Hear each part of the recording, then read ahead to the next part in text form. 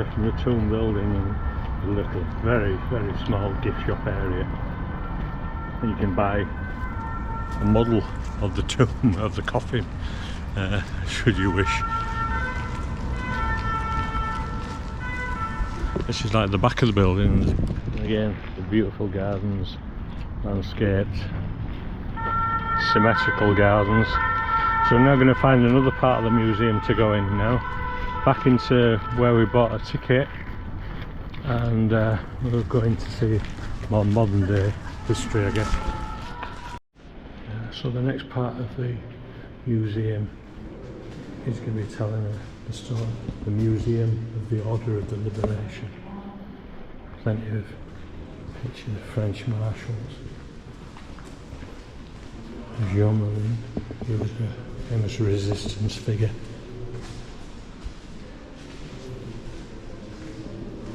A lot of these names will be new to me.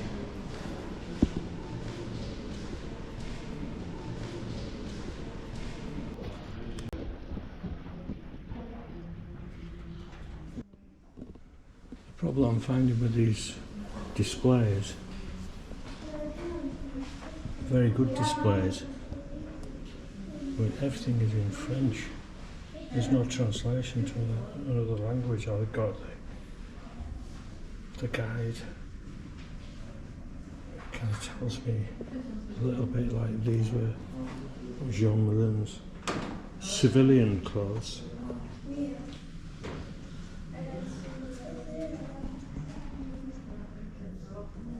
Jean Moulin.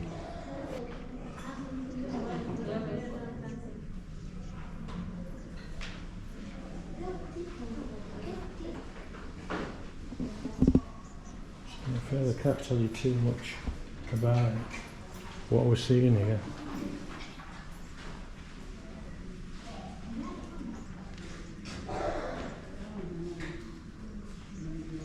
These are escape ropes used and crafted by WWII.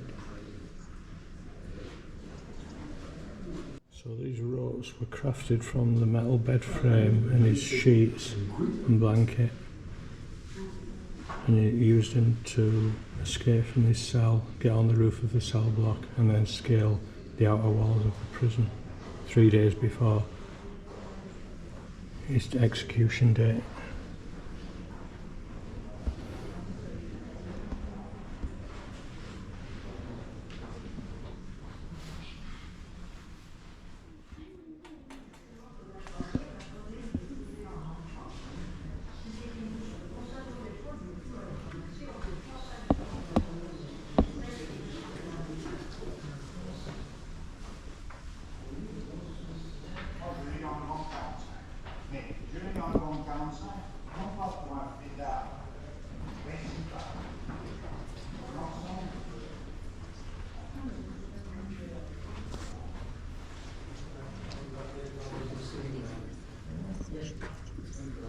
Such a shame. You can see an example here of a display cabinet.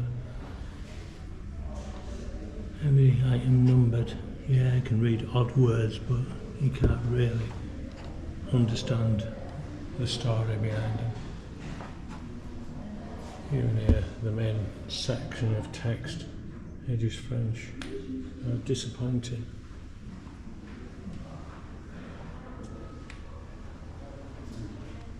Love to know what these letters and writings, photographs.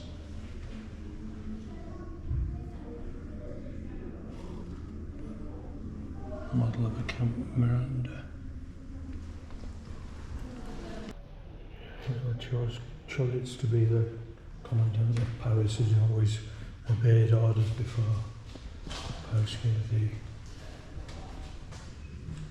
Hitler gave the order to burn Paris to the ground, which Chulitz in the end refused to carry out the order, so Paris was saved. But Hitler made the well-known phone call where he asked the question, is Paris burning?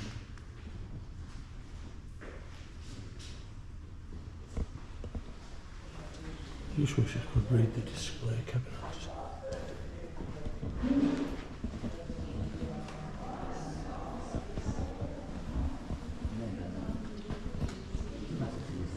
handgun.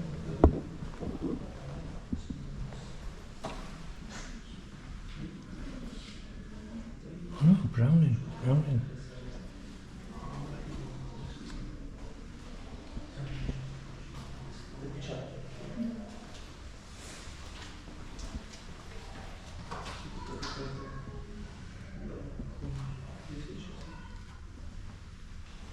Symbol of Free France.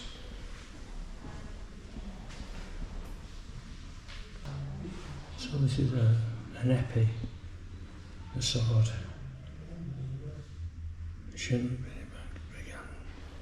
Belonged to General de Gaulle on the occasion of the liberation of Grenoble, 5th of November 1944.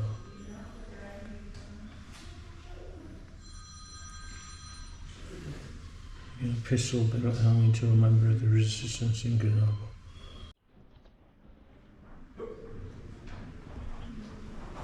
The uniform of General Charles de Gaulle. I always get the impression that he was very anti-English. I don't know how that came about.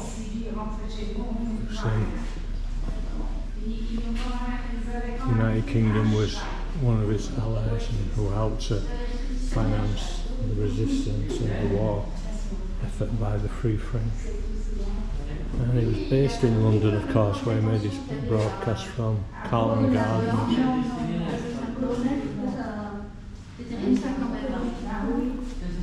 So it would be very interesting if anybody can tell me in the comments.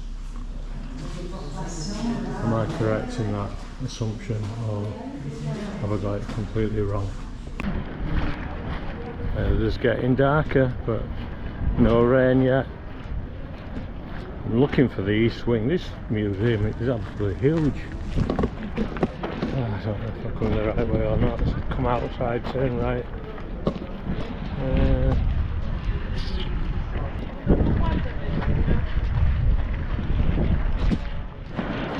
So this is the entrance to the section of the museum to do with the world wars in the 20th century. That's a Renault tank from 1915, so from World War I. The size of these staircases.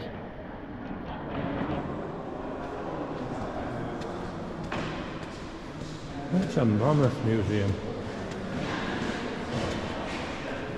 Kind of getting a little bit of a gist of the different areas now. It took a bit of working out, but I've come in the general direction of the first consulate section to do with Napoleon, but just passing this World Wars section first of all.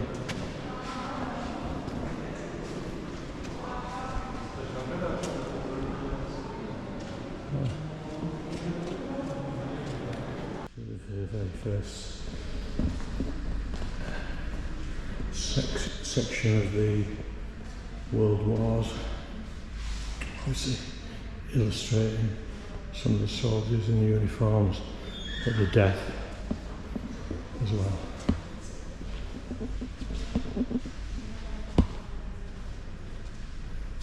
Are we going to find any more English text than we did in the other section? Probably not.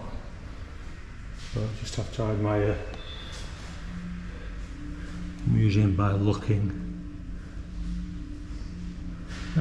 So we've got a bit of one section there, conscripts rosette. That's what you got when you signed up.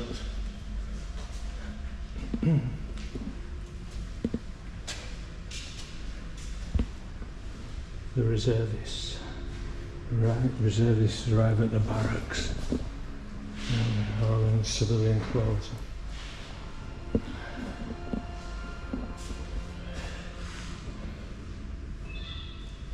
So these were the uniforms of an officer cadet, special military college, arms,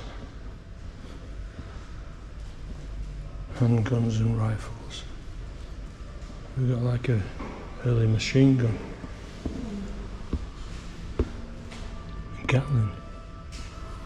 Gatling machine gun made in France.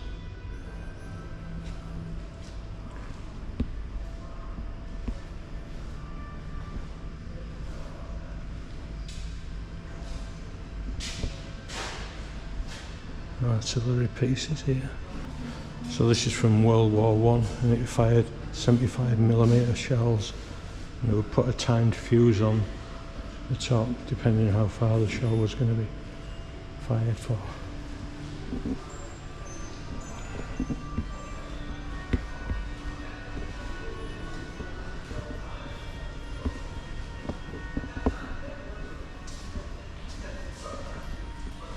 Grand Parade.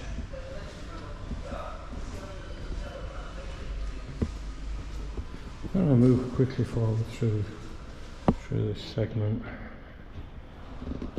First World War doesn't really hold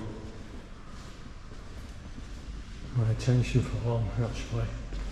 I tend to think of trench warfare, but of course it wasn't always like that.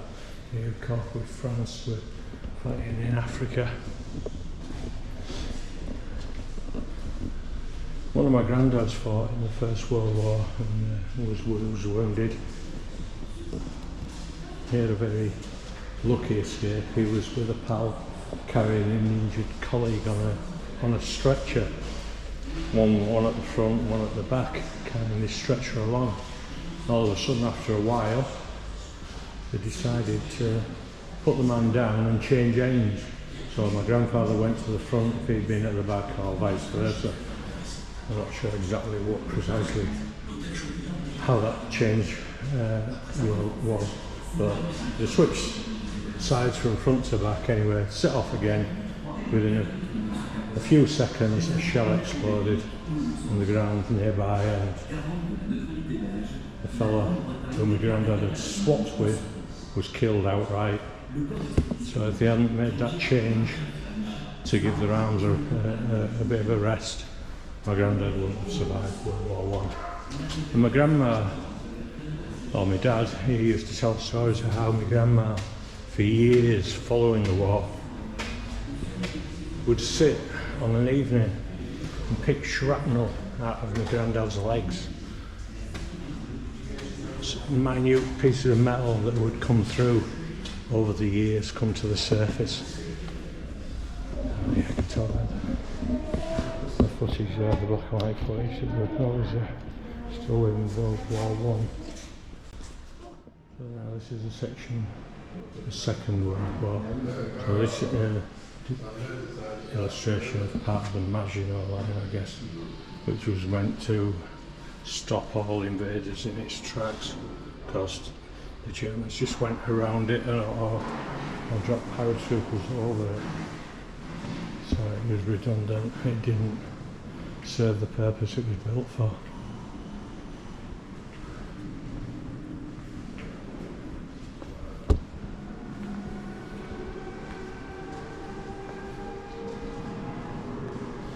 General de Gaulle again, broadcasting from his headquarters at Carlton Gardens, southwest London. Hitler in Paris, a famous visit that he undertook about 6 AM on the morning. It took a day there.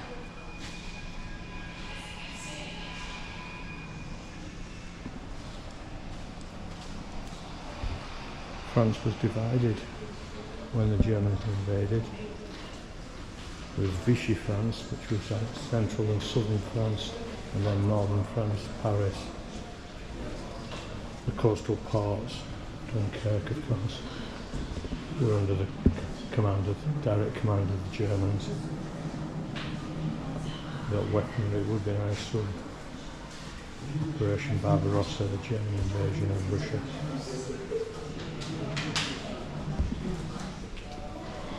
Got some armoured vehicles here, artillery piece, almost like a Brendan carrier, but not sure exactly what. And some weaponry, Germans.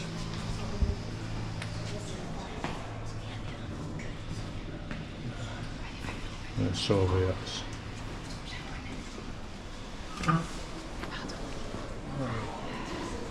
Oh, this is a fine model.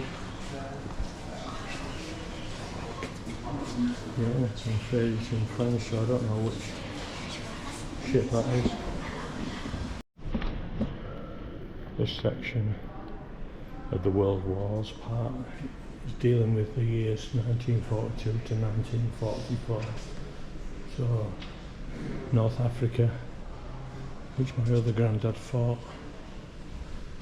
and up to D-Day, 1944, and the beginning of the end of the war, the liberation of Europe.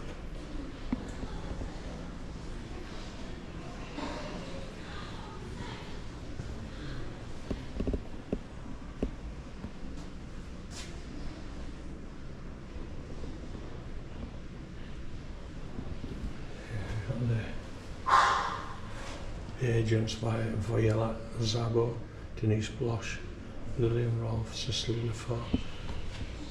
They were captured in the days following D-Day in France and executed in Ravensbrück after enduring horrendous torture.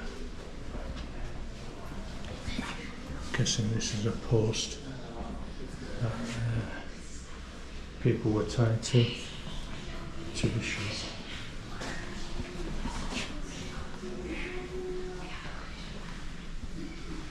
A wooden chair found at 84 Avenue Foch, the headquarters of the Gestapo in Paris, 1944. And the execution pole from the Élysée Central prison. Back in SS officer's cap.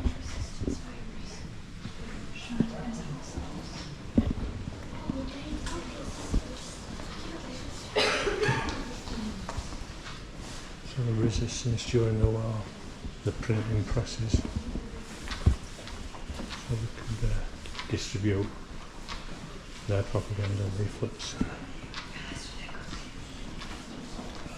It's an obstacle on the beaches, maybe. The beaches.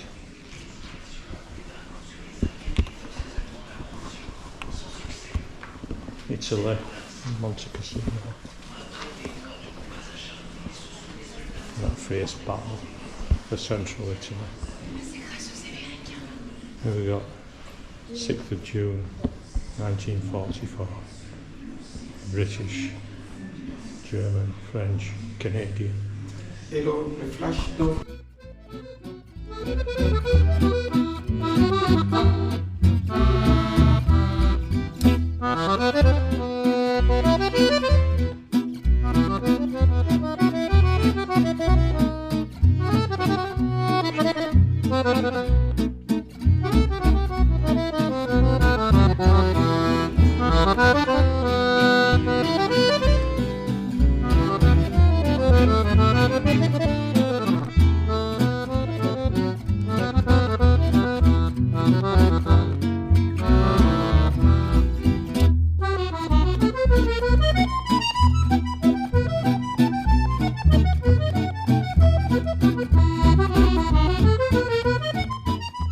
Right, so I just got pulled at the very last section there for having camera on. It said no flash, although it's not a flash, they said the light from the camera is forbidden. So I'm going to call it a day. I'm not going to go in the Napoleon era, but at least I've seen the tomb, which is the main part. Sanders has been very good and let us spend a few hours here already, and I've still not seen half. But I'm glad I've seen the tomb, which was the main purpose of coming to Paris this time. So I'm grateful for that time spent there. And this is it, this is where I'm leaving, outside the dome building that houses the tomb. So I hope you enjoyed that look around. Short and brief. I wish some of the displays, as I mentioned, were in English. That would have helped enormously, but I'm not in England. So anyway, I hope you have enjoyed what I've been able to show you. Until then, till the next video, thanks for watching. Dodger out.